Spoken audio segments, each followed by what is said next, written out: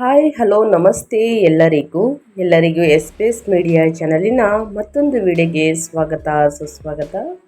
ಸ್ನೇಹಿತರೆ, ಎಲ್ಲರೂ ಹೇಗಿದ್ದೀರಾ? ಎಲ್ಲರೂ ಚೆನ್ನಾಗಿದ್ದೀರಾ ಅಂದ್ಕೊಂಡಿದ್ದೀನಿ. ಹೋಪ್ ನಾನು ಕೂಡ ತುಂಬಾ ಚೆನ್ನಾಗಿದ್ದೀನಿ.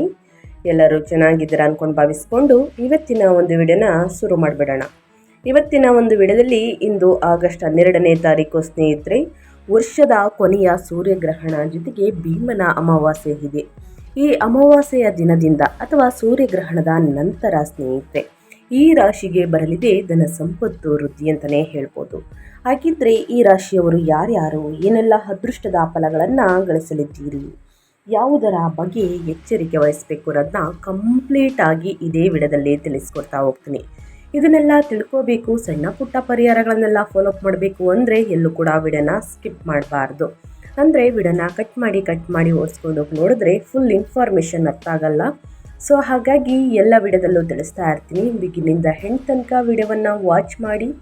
ವಿಡಿಯೋದಲ್ಲಿ ಒಳ್ಳೆ ಮಾಹಿತಿ ಸಿಕ್ಕಿದ್ದಲ್ಲಿ, ಈ ವಿಡಿಯೋ ಯೂಸ್ಫುಲ್ ಅನಿಸಿದ್ದಲ್ಲಿ ವಿಡಿಯೋಗೆ ಲೈಕ್ ಮಾಡೋದನ್ನ ಮರ್ತಿದ್ರೆ ಲೈಕ್, ಕಮೆಂಟ್, ಶೇರ್ ಮಾಡಿ ಸ್ನೇಹಿತರೆ.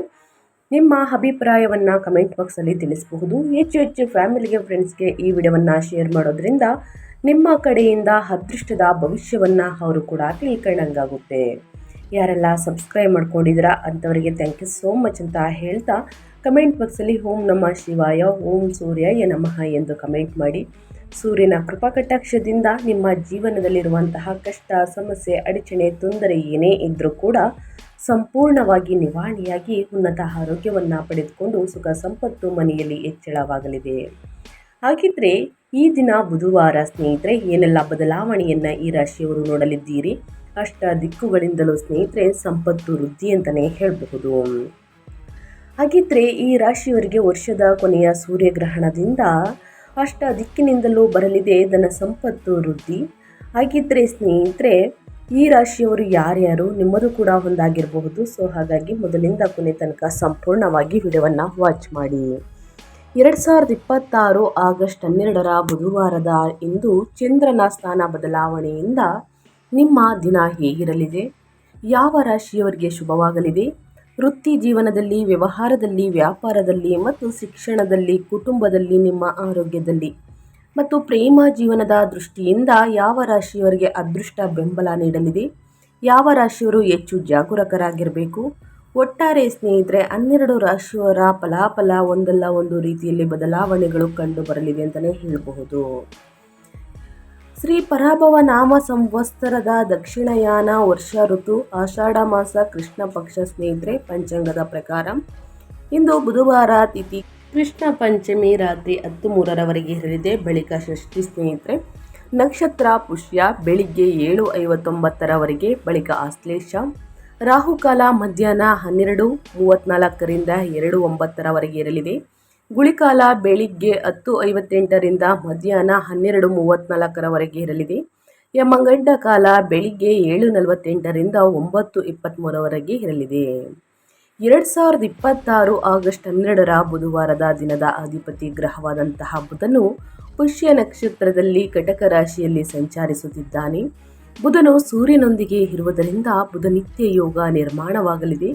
ಮತ್ತೊಂದೆಡೆ ಚಂದ್ರನು ಕಟಕ ರಾಶಿಯಲ್ಲಿ ಸಂಚರಿಸುತ್ತಿದ್ದು, ಗುರು ಕೂಡ ಚಂದ್ರನೊಂದಿಗೆ ಇರುವುದರಿಂದ ಗಜಕೇಸರಿ ಯೋಗ ರೂಪುಗೊಳ್ಳಲಿದೆ. ಈ ಗ್ರಹಗಳ ಶುಭ ಸಂಯೋಗಗಳು ಸ್ನೇಹಿತರೆ ನಡುವೆ ಸೂರ್ಯಗ್ರಹಣವು ಸಂಭವಿಸಲಿದೆ. ಜೊತೆಗೆ ಭೀಮನ ಅಮಾವಾಸ್ಯೆ ಕೂಡ ಇದೆ. ದಿನ ನಡುವೆ ಚಾಲ್ತಿಯಲ್ಲಿರುವಂತಹ ಗ್ರಹಗಳ ಸ್ಥಾನ ಬದಲಾವಣೆಯಿಂದ 12 ರಾಶಿಯವರಿಗೆ ಸ್ನೇಹಿತರೆ ಸಾಕಷ್ಟು ಬದಲಾವಣೆಗಳು ಕಂಡುಬರಬಹುದು. ಈ ದಿನದಿಂದ ಸ್ನೇಹಿತರೆ ಸಾಕಷ್ಟು ಬದಲಾವಣೆ ಅಂತಲೇ ಹೇಳ್ಬೋದು. ಇನ್ನು ಭೀಮನ ಅಮಾವಾಸ್ಯೆ ಬೆಳಿಗ್ಗೆಯಿಂದ ಸ್ನೇಹಿತರೆ ಸಂಜೆಯವರೆಗೆ ತನಕ ಮಾಡಬಹುದು. ಇನ್ನು ಪವಿತ್ರ ನದಿಗಳಲ್ಲಿ ಸ್ನಾನ ಮಾಡಿ ತರ್ಪಣವನ್ನು ನೀಡುವುದು, ದಾನ ಧರ್ಮವನ್ನು ಮಾಡುವುದರಿಂದ ಪಿತೃಗಳ ಆಶೀರ್ವಾದ ಲಭಿಸಲಿದೆ. ಜೊತೆಗೆ ಸ್ನೇಹಿತರೆ, ಇಂದು ಅಮಾವಾಸ್ಯೆ ಆಗಿರುವ ಕಾರಣ ಪೂಜೆ ಪುನಸ್ಕಾರಗಳನ್ನು ಮಾಡಿ ರಾತ್ರಿ 9:04ರಿಂದ ಇನ್ನು ಬೆಳಗಿನ ಜಾವ ಅಂದರೆ ಆಗಸ್ಟ್ 13ನೇ ತಾರೀಕು ಬೆಳಗಿನ ಜಾವ ಸ್ನೇಹಿತರೆ 4:25ರವರೆಗೆ ಸೂರ್ಯಗ್ರಹಣ ಸಂಭವಿಸಲಿದೆ. ಇದು ಗ್ರೀನ್ಲ್ಯಾಂಡ್, ರಷ್ಯಾ ಕಡೆ ಸಂಭವಿಸಲಿದೆ. ಈ ದೇಶಗಳ ಕಡೆ ಸ್ನೇಹಿತರೆ ಇನ್ನು ನಮ್ಮ ಭಾರತದಲ್ಲಿ ಗೋಚರಿಸುವುದಿಲ್ಲ. ಸೊ ಹಾಗಾಗಿ ಅಷ್ಟೇನು ಭಯಪಡುವಂಥ ಅವಶ್ಯಕತೆ ಇಲ್ಲ. ಆದರೆ ಜ್ಯೋತಿಷ್ಯದ ಪ್ರಕಾರ 12 ರಾಶಿಯವರ ಮೇಲೆ ವಿಭಿನ್ನ ಪರಿಣಾಮ ಬೀರಬಹುದು. ಆರ್ಥಿಕ ಪರಿಸ್ಥಿತಿ, ವ್ಯಾಪಾರ ವ್ಯವಹಾರದಲ್ಲಿ ಸ್ವಲ್ಪ ವಿಳಂಬ, ನಿಮ್ಮ ಆರೋಗ್ಯದಲ್ಲಿ ಸ್ವಲ್ಪ ಎಫೆಕ್ಟ್ ಬೀಳ್ಬೋದು ಸ್ನೇಹಿತರೆ. ಸೊ ಹಾಗಾಗಿ ಯಾವ ರಾಶಿಯವರು ಯಾವ ವಿಚಾರದ ಬಗ್ಗೆ ಎಚ್ಚರಿಕೆ ವಹಿಸಬೇಕು ಅನ್ನೋದನ್ನ ಕಂಪ್ಲೀಟಾಗಿ ತಿಳಿಸ್ಕೊಡ್ತೀನಿ. ಸೊ ಹಾಗಾಗಿ ಎಲ್ಲೂ ಕೂಡ ಸ್ಕಿಪ್ ಮಾಡ್ದೇ ಕೊನೆ ತನಕ ವಾಚ್ ಮಾಡಿ, ಕೊನೆಯಲ್ಲಿ ಪರಿಹಾರವನ್ನು ಕೂಡ ತಿಳಿಸ್ಕೊಡ್ತೀನಿ. ಮೊದಲನೆಯ ಅದೃಷ್ಟ ರಾಶಿ ಬಂದು ಮೇಷರಾಶಿಯವರಿಗೆ. ಇಂದು ಸಾಧಾರಣ ದಿನವಾಗಿರುತ್ತದೆ. ಕೆಲಸದ ಸ್ಥಳದಲ್ಲಿ ನೀವು ಸವಾಲುಗಳನ್ನು ಎದುರಿಸಬಹುದು. ಅನಗತ್ಯ ಖರ್ಚುಗಳು ಹೆಚ್ಚಾಗುವುದರಿಂದ ಚಿಂತೆ ಉಂಟಾಗುತ್ತದೆ. ಇದು ಕೋಪದ ಪ್ರವೃತ್ತಿಗೆ ಕಾರಣವಾಗುತ್ತದೆ. ನಷ್ಟದ ಅಪಾಯವಿರುವುದರಿಂದ ಯಾವುದೇ ಕೆಲಸವನ್ನು ಸರಿಯಾದ ಆಲೋಚನೆ ಇಲ್ಲದೆ ಪ್ರಾರಂಭಿಸಬೇಡಿ. ಸಾಮಾಜಿಕ ಮತ್ತು ಧಾರ್ಮಿಕ ಚಟುವಟಿಕೆಗಳಲ್ಲಿ ನಿಮ್ಮ ಆಸಕ್ತಿ ಹೆಚ್ಚಾಗುತ್ತದೆ. ವಿವಾದಗಳಲ್ಲಿ ಸಿಲುಕಿಕೊಳ್ಳುವುದನ್ನು ತಪ್ಪಿಸಲು ನಿಮ್ಮ ಕೋಪವನ್ನು ನಿಯಂತ್ರಿಸಿ ಮತ್ತು ನಿಮ್ಮ ಮಾತುಗಳನ್ನು ಗಮನಿಸಿ. ಕುಟುಂಬದ ವಾತಾವರಣವು ಸಂತೋಷದಾಯಕವಾಗಿರುತ್ತದೆ ಮತ್ತು ನಿಮ್ಮ ಪ್ರೀತಿ ಪಾತ್ರರಿಂದ ನಿಮಗೆ ಬೆಂಬಲ ಸಿಗುತ್ತದೆ. ನಿಮ್ಮ ಆರೋಗ್ಯದ ಬಗ್ಗೆ ಸ್ವಲ್ಪ ಜಾಗರೂಕರಾಗಿರಿ ಇಂದಿನಿಂದ. ಇನ್ನು ಮುಂದಿನ ರಾಶಿ ಬಂದು ವೃಷಭ ರಾಶಿಯವರಿಗೆ. ವೃಷಭ ರಾಶಿಯವರಿಗೆ ಆರ್ಥಿಕ ದೃಷ್ಟಿಕೋನದಿಂದ ಸಾಕಷ್ಟು ಅನುಕೂಲಕರವಾಗಿರುತ್ತದೆ. ವ್ಯವಹಾರದಲ್ಲಿ ಹಣಕಾಸಿನ ಲಾಭದ ನಿರೀಕ್ಷೆಗಳಿವೆ ಮತ್ತು ಆದಾಯದ ಮೂಲಗಳನ್ನು ವಿಸ್ತರಿಸುವಂತಹ ಪ್ರಯತ್ನಗಳು ಯಶಸ್ವಿಯಾಗುತ್ತವೆ. ಕೆಲಸದ ಸ್ಥಳದಲ್ಲಿ ಕೆಲಸದ ಹೊರೆ ಹೆಚ್ಚಾಗಿರುತ್ತದೆ, ಆದರೆ ಕಠಿಣ ಪರಿಶ್ರಮವು ಯಶಸ್ಸಿಗೆ ಕಾರಣವಾಗುತ್ತದೆ. ಹಳೆಯ ಸ್ನೇಹಿತರೊಂದಿಗೆ ನೀವು ಆಹ್ಲಾದಕರ ಪುನರ್ಮಿಲನವನ್ನು ಹೊಂದಿರುತ್ತೀರಿ. ನಿಮ್ಮ ಮಕ್ಕಳ ಬಗ್ಗೆ ನೀವು ಒಂದು ಪ್ರಮುಖ ನಿರ್ಧಾರವನ್ನು ತೆಗೆದುಕೊಳ್ಳಬೇಕಾಗಿ ಬರಬಹುದು. ನಿಮ್ಮ ಕುಟುಂಬದೊಂದಿಗೆ ಗುಣಮಟ್ಟದ ಸಮಯವನ್ನು ಆನಂದಿಸಲು ನೀವು ಎದುರು ನೋಡಬಹುದು ಮತ್ತು ನಿಮ್ಮ ಸೌಕರ್ಯಗಳು ಕೂಡ ಸ್ನೇಹಿತರೆ ಹೆಚ್ಚಾಗಲಿದೆ. ಈ ಸಮಯದಲ್ಲಿ ಸಂಪತ್ತು ಕೂಡ ವೃದ್ಧಿಯಾಗಲಿದೆ. ವೈವಾಹಿಕ ಜೀವನವು ಆನಂದಮಯವಾಗಿರುತ್ತದೆ ಮತ್ತು ನಿಮ್ಮ ಆರೋಗ್ಯವು ಉತ್ತಮವಾಗಿರುತ್ತದೆ. ಇನ್ನು ಮುಂದಿನ ರಾಶಿ ಮಿಥುನ ರಾಶಿಯವರಿಗೆ. ಮಿಥುನ ರಾಶಿಯವರಿಗೆ ಇಂದಿನಿಂದ ಮಿಶ್ರ ದಿನವಾಗಿರುತ್ತದೆ. ಆರ್ಥಿಕ ಲಾಭದ ಅವಕಾಶಗಳೊಂದಿಗೆ ವ್ಯವಹಾರವು ಉತ್ತಮವಾಗಿ ನಡೆಯುತ್ತದೆ, ಆದರೂ ಅತಿಯಾದ ಅನಗತ್ಯ ವೆಚ್ಚಗಳು ಸಹ ಇರಬಹುದು. ಸಹೋದ್ಯೋಗಿಗಳು ನಿಮ್ಮ ಕೆಲಸದಲ್ಲಿ ಅಡಚಣೆಗಳನ್ನು ಉಂಟು ಮಾಡಬಹುದು, ಆದ್ದರಿಂದ ನೀವು ಜಾಗರೂಕರಾಗಿರಬೇಕು. ಕೆಲಸದ ಸ್ಥಳದಲ್ಲಿ ಭಾರವಾದಂತಹ ಕೆಲಸದ ಹೊರೆ ಮತ್ತು ಕಾರ್ಯನಿರತ ವೇಳಾಪಟ್ಟಿ ಮಾನಸಿಕ ಮತ್ತು ದೈಹಿಕ ಆಯಾಸಕ್ಕೆ ಕಾರಣವಾಗಬಹುದು.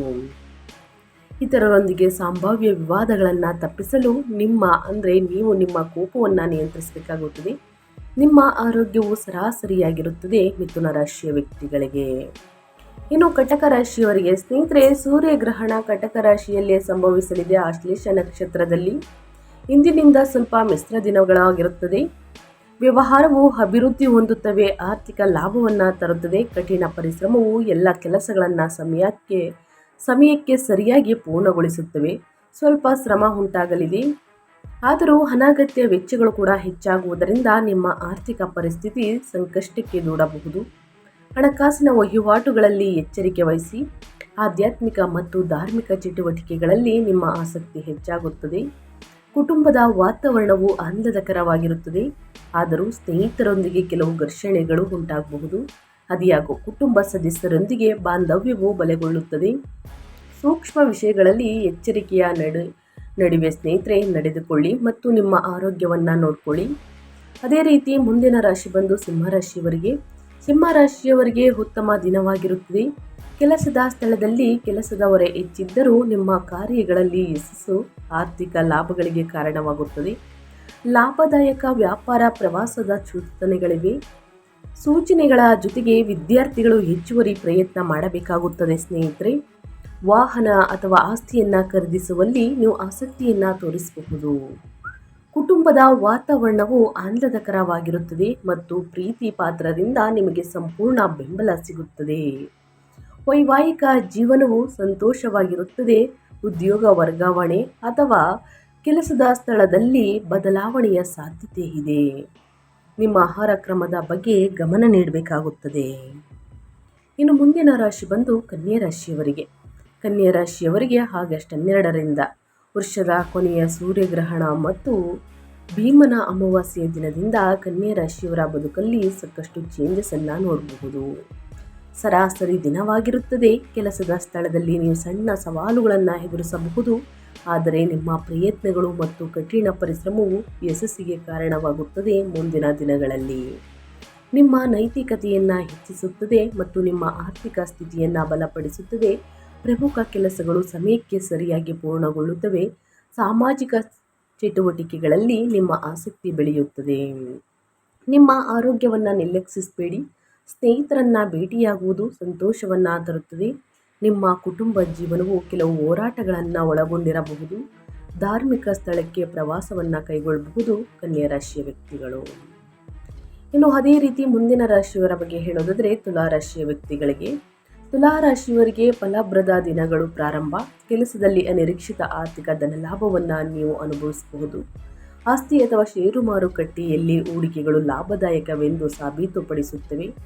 ಹಿರಿಯರ ಆಶೀರ್ವಾದದಿಂದ ನೀವು ನಿಮ್ಮ ಪ್ರಯತ್ನಗಳಲ್ಲಿ ಯಶಸ್ವಿಯಾಗುತ್ತೀರಿ ಮತ್ತು ಸಂತೋಷದಿಂದ ಸ್ನೇಹಿತರೆ ಸಮೃದ್ಧಿಯಲ್ಲಿ ಹೆಚ್ಚಳವನ್ನು ನೋಡುತ್ತೀರಿ.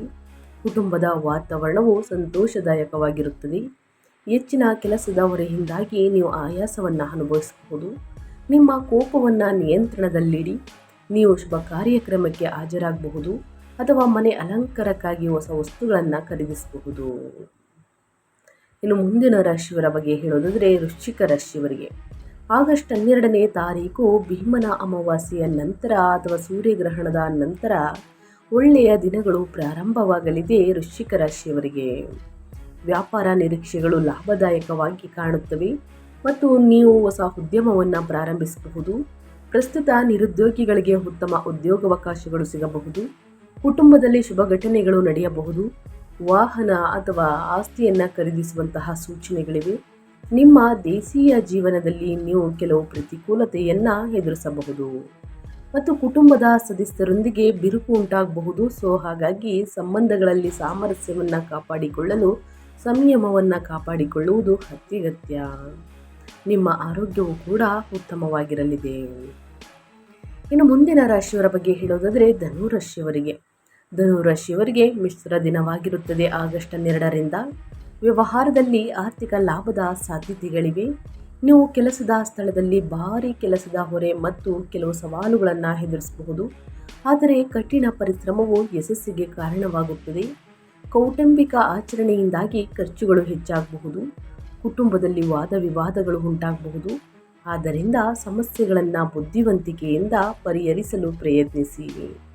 ನಿಮ್ಮ ಸಂಗಾತಿಯಿಂದ ನಿಮಗೆ ಸಂಪೂರ್ಣ ಬೆಂಬಲ ಸಿಗುತ್ತದೆ. ನಿಮ್ಮ ಆರೋಗ್ಯದ ಬಗ್ಗೆ ಕಾಳಜಿ ವಹಿಸಬೇಕಾಗುತ್ತದೆ. ಧನುರಾಶಿಯ ವ್ಯಕ್ತಿಗಳು. ಧನುರಾಶಿಯವರು ಏನೆಲ್ಲ ಅದೃಷ್ಟದ ಫಲಗಳನ್ನು ಗಳಿಸಲಿದ್ದೀರಿ, ಯಾವುದರ ಬಗ್ಗೆ ಎಚ್ಚರಿಕೆ ವಹಿಸಬೇಕು ಅನ್ನೋದನ್ನ ಕಂಪ್ಲೀಟಾಗಿ ತಿಳಿಸ್ಕೊಟ್ಟಿದ್ದೀನಿ. ಇನ್ನು ಮಕರ ರಾಶಿಯವರಿಗೆ ಹೇಳೋದಾದರೆ ಸಾಮಾನ್ಯ ದಿನವಾಗಿರುತ್ತದೆ. ಕೆಲಸದ ಸ್ಥಳದಲ್ಲಿ ಇತರರನ್ನು ಅವಲಂಬಿಸಬೇಡಿ. ನಿಮ್ಮ ಸ್ವಂತ ಶ್ರಮವನ್ನು ನಂಬಿ ಮುಂದುವರಿಯಿರಿ. ನಿಮ್ಮ ಪ್ರಯತ್ನಗಳು ನಿಮ್ಮ ಕಾರ್ಯಗಳಲ್ಲಿ ಯಶಸ್ಸಿಗೆ ಕಾರಣವಾಗುತ್ತದೆ. ಯಾವುದೇ ರಿಯಲ್ ಎಸ್ಟೇಟ್ ಸ್ನೇಹಿತರೆ ವ್ಯವಹಾರಗಳನ್ನು ಅಂತಿಮಗೊಳಿಸುವ ಮೊದಲು ಹಿರಿಯರಿಂದ ಸಲಹೆಯನ್ನು ಪಡೆಯಿರಿ. ನೀವು ಹೊಸ ಉದ್ಯಮವನ್ನು ಪ್ರಾರಂಭಿಸಬಹುದು. ಆಧ್ಯಾತ್ಮಿಕ ಮತ್ತು ಧಾರ್ಮಿಕ ಚಟುವಟಿಕೆಗಳಲ್ಲಿ ನಿಮ್ಮ ನಂಬಿಕೆ ಬೆಳೆಯುತ್ತದೆ. ಕುಟುಂಬದ ವಾತಾವರಣ ಆಹ್ಲಾದಕರವಾಗಿರುತ್ತದೆ ಮತ್ತು ನಿಮ್ಮ ವೈವಾಹಿಕ ಜೀವನವು ಸಂತೋಷವಾಗಿರುತ್ತದೆ. ಸ್ನೇಹಿತರೊಂದಿಗೆ ಸಂಬಂಧಗಳು ಅತ್ಯುತ್ತಮವಾಗಿರುವಂತಹ ಸಾಧ್ಯತೆ ಇದೆ ಮತ್ತು ನಿಮ್ಮ ಆರೋಗ್ಯವು ಉತ್ತಮವಾಗಿರಲಿದೆ. ಇನ್ನು ಮುಂದಿನ ರಾಶಿ ಬಂದು ಕುಂಭರಾಶಿಯವರಿಗೆ. ಕುಂಭರಾಶಿಯವರಿಗೆ ಹಿಂದಿನಿಂದ ಉತ್ತಮ ದಿನಗಳು ಪ್ರಾರಂಭ. ಆದಾಯದ ಮೂಲಗಳು ಹೆಚ್ಚಾಗುತ್ತವೆ. ನಿಮ್ಮ ಆರ್ಥಿಕ ಸ್ಥಿತಿಯನ್ನು ಬಲಪಡಿಸುತ್ತದೆ. ಸಕಾರಾತ್ಮಕ ಚಿಂತನೆ ಮತ್ತು ಆತ್ಮವಿಶ್ವಾಸವು ನಿಮ್ಮ ಪ್ರಯತ್ನಗಳಲ್ಲಿ ಯಶಸ್ಸಿಗೆ ಕಾರಣವಾಗುತ್ತದೆ. ಆಸ್ತಿಯಲ್ಲಿ ಹೂಡಿಕೆ ಮಾಡುವುದರಿಂದ ಲಾಭ ಸಿಗುತ್ತದೆ. ಆದರೂ ನೀವು ಷೇರು ಮಾರುಕಟ್ಟೆ, ಊಹಾಪೋಹ ಮತ್ತು ಬೆಟ್ಟಿಂಗ್ನಿಂದ ದೂರವಿರಬೇಕು. ಕುಟುಂಬದ ವಾತಾವರಣ ಆಹ್ಲಾದಕರವಾಗಿರುತ್ತದೆ ಮತ್ತು ಸಂಬಂಧಿಕರು ಮತ್ತು ಸ್ನೇಹಿತರು ಸಂಪೂರ್ಣ ಬೆಂಬಲವು ನಿಮಗೆ ಹೊಸ ಶಕ್ತಿಯನ್ನು ತುಂಬುತ್ತದೆ. ನಿಮ್ಮ ಆರೋಗ್ಯದ ಬಗ್ಗೆ ಸ್ವಲ್ಪ ಎಚ್ಚರಿಕೆಯಿಂದ ಇರಬೇಕಾಗುತ್ತದೆ. ಕುಂಭರಾಶಿಯ ವ್ಯಕ್ತಿಗಳು. ವಿದ್ಯಾರ್ಥಿಗಳು ಕಠಿಣ ಪರಿಶ್ರಮದಿಂದ ಉತ್ತಮ ಪ್ರತಿಫಲವನ್ನು ಪಡೆಯಬಹುದು. ಕುಂಭರಾಶಿಯವರು ಯಾವುದರ ಬಗ್ಗೆ ಎಚ್ಚರಿಕೆ ವಹಿಸಬೇಕು, ಏನೆಲ್ಲ ಅದೃಷ್ಟವನ್ನು ನೋಡಲಿದ್ದೀರಿ ಅನ್ನೋದನ್ನ ತಿಳಿಸ್ಕೊಟ್ಟಾಯಿತು. ಇನ್ನು ಮುಂದಿನ ರಾಶಿ ಮೀನರಾಶಿಯವರಿಗೆ. ಮೀನರಾಶಿಯವರಿಗೆ ಶುಭ ಮತ್ತು ಫಲಪ್ರದ ದಿನವಾಗಿರುತ್ತದೆ. ಹಿರಿಯರ ಆಶೀರ್ವಾದದಿಂದ ನಿಮ್ಮ ವ್ಯವಹಾರದ ಮತ್ತು ವ್ಯಾಪಾರವು ಅಭಿವೃದ್ಧಿ ಹೊಂದುತ್ತದೆ. ಇದು ಆರ್ಥಿಕ ಲಾಭಕ್ಕೆ ಕಾರಣವಾಗುತ್ತದೆ. ವೃತ್ತಿ ಪ್ರಗತಿಯ ನಿರೀಕ್ಷೆಗಳಿವೆ. ಕೆಲಸದ ಹೊರೆ ಭಾರವಾಗಿದ್ದರೂ ಯಶಸ್ಸನ್ನು ಸಾಧಿಸಲು ನೀವು ನಿಮ್ಮ ಕೌಶಲ್ಯ ಮತ್ತು ಸಾಮರ್ಥ್ಯಗಳನ್ನು ಪರಿಣಾಮಕಾರಿಯಾಗಿ ಬಳಸಿಕೊಳ್ಳುತ್ತೀರಿ. ಆದಾಯದ ಮೂಲಗಳು ವಿಸ್ತರಿಸುತ್ತವೆ ಮತ್ತು ಅನಿರೀಕ್ಷಿತ ಆರ್ಥಿಕ ಲಾಭದ ಸಾಧ್ಯತೆ ಇದೆ. ನೀವು ಸ್ನೇಹಿತರಿಂದ ಬೆಂಬಲವನ್ನು ಪಡೆಯುತ್ತೀರಿ ಮತ್ತು ಕುಟುಂಬದ ವಾತಾವರಣವು ಅನುಕೂಲಕರವಾಗಿರುತ್ತದೆ. ನಿಮ್ಮ ಆರೋಗ್ಯವು ಉತ್ತಮವಾಗಿರಲಿದೆ. ಸ್ನೇಹಿತರೆ, ಯಾವ ರಾಶಿಯವರು ಯಾವುದರ ಬಗ್ಗೆ ಎಚ್ಚರಿಕೆ ವಹಿಸಬೇಕು, ಏನೆಲ್ಲ ಅದೃಷ್ಟದ ಫಲಗಳನ್ನು ಗಳಿಸಲಿದ್ದೀರಿ ಅನ್ನೋದನ್ನ ಕಂಪ್ಲೀಟಾಗಿ ತಿಳಿಸ್ಕೊಟ್ಟಿದ್ದೀನಿ. ಇಂದು ಸೂರ್ಯಗ್ರಹಣ ಮುಗಿಯಲಿದೆ ಸ್ನೇಹಿತರೆ. ಸೊ ಹಾಗಾಗಿ ನಾಳೆ ನೀವು ಈ ಪುಟ್ಟ ಒಂದು ಪರಿಹಾರವನ್ನು ಮಾಡಿ ಸೂರ್ಯದೇವರಿಗೆ ಬೆಳಗಿನ ಸಮಯದಲ್ಲಿ, ಸೂರ್ಯೋದಯದ ಸಮಯದಲ್ಲಿ ಸೂರ್ಯದೇವರಿಗೆ ಅಗ್ರ್ಯವನ್ನು ನೀಡಿ ಆದಿತ್ಯ ಹೃದಯ ಸ್ತೋತ್ರವನ್ನು ಪಠಿಸುತ್ತಾ ಬಡವರಿಗೆ, ನಿರ್ಗತಿಕರಿಗೆ ಸ್ನೇಹಿತರೆ ಹಳದಿ ವಸ್ತುಗಳನ್ನು ದಾನ ಮಾಡಿ, ತೊಗರಿ ಬೇಳೆಯನ್ನು, ಬಟ್ಟೆಯನ್ನು, ತುಪ್ಪವನ್ನು, ಜೊತೆಗೆ ಸ್ನೇಹಿತರೆ ಹಳದಿ ಅರಿಶಿಣವನ್ನು ದಾನ ಮಾಡಬಹುದು. ಬಾಳೆಹಣ್ಣು, ಈ ರೀತಿ ದಾನ ಧರ್ಮಗಳನ್ನು ಮಾಡುವುದರಿಂದ ಸಮಸ್ಯೆಗಳು ಕ್ರಮೇಣವಾಗಿ ಕಡಿಮೆಯಾಗಲಿದೆ. ಗೋಧಿ ಮತ್ತು ಬೆಲ್ಲವನ್ನು ದಾನ ಮಾಡಿ ಸ್ನೇಹಿತರೆ, ನಿಮ್ಮ ಮನೆಯಲ್ಲಿ ಸುಖ, ಸಂಪತ್ತು, ನೆಮ್ಮದಿ ಹೆಚ್ಚಳವಾಗಲಿದೆ. ಆರೋಗ್ಯ ಕೂಡ ಉತ್ತಮವಾಗಿರಲಿದೆ ಅಂತ ಹೇಳ್ತಾ ನಾನು ವಿಡಿಯೋವನ್ನು ಎಂಡ್ ಮಾಡ್ತಾ ಇದ್ದೀನಿ. ಈ ದಿನ ಕೆಂಪು ವಸ್ತುಗಳನ್ನು ದಾನ ಮಾಡಿ, ಸೇಬು, ಹೂವು, ಈ ರೀತಿ ಕೆಂಪು ವಸ್ತುಗಳು, ಕೆಂಪು ಬಟ್ಟೆಯನ್ನು ದಾನ ಮಾಡುವುದರಿಂದ ಭೀಮನ ಅಮಾವಾಸ್ಯೆ ಸ್ನೇಹಿತರೆ. ಸೊ ಹಾಗಾಗಿ ಈ ಸಣ್ಣ ಪುಟ್ಟ ವಸ್ತುಗಳನ್ನು ದಾನ ಮಾಡಿ ಖಂಡಿತವಾಗಿ ಶುಭ ಫಲಿತಾಂಶವನ್ನು ನೋಡಲಿದ್ದೀರಿ ಅಂತ ಹೇಳ್ತಾ ವಿಡಿಯೋವನ್ನು ಎಂಡ್ ಮಾಡ್ತಾ ಇದ್ದೀನಿ. ಇವತ್ತಿನ ಒಂದು ವಿಡಿಯೋದಲ್ಲಿ ಸಂಪೂರ್ಣ ಮಾಹಿತಿ ಸಿಕ್ಕಿದ್ದಲ್ಲಿ, ಈ ವಿಡಿಯೋ ಯೂಸ್ಫುಲ್ ಅನಿಸಿದ್ದಲ್ಲಿ ವಿಡಿಯೋಗೆ ಲೈಕ್, ಕಮೆಂಟ್, ಶೇರ್ ಮಾಡಿ. ನಿಮ್ಮ ಅಭಿಪ್ರಾಯವನ್ನು ಕಮೆಂಟ್ ಬಾಕ್ಸಲ್ಲಿ ತಿಳಿಸಿ. ಯಾರೆಲ್ಲ ಸಬ್ಸ್ಕ್ರೈಬ್ ಮಾಡ್ಕೊಂಡಿದ್ದೀರಾ ಅವ್ರಿಗೆ ಥ್ಯಾಂಕ್ ಯು ಸೋ ಮಚ್ ಅಂತ ಹೇಳ್ತಾ ಮತ್ತೊಂದು ವಿಡಿಯೋ ಜೊತೆ ಮತ್ತೊಂದು ಹೊಸ ಭವಿಷ್ಯದಲ್ಲಿ ಸಿಗ್ತೀನಿ. Thank you for watching.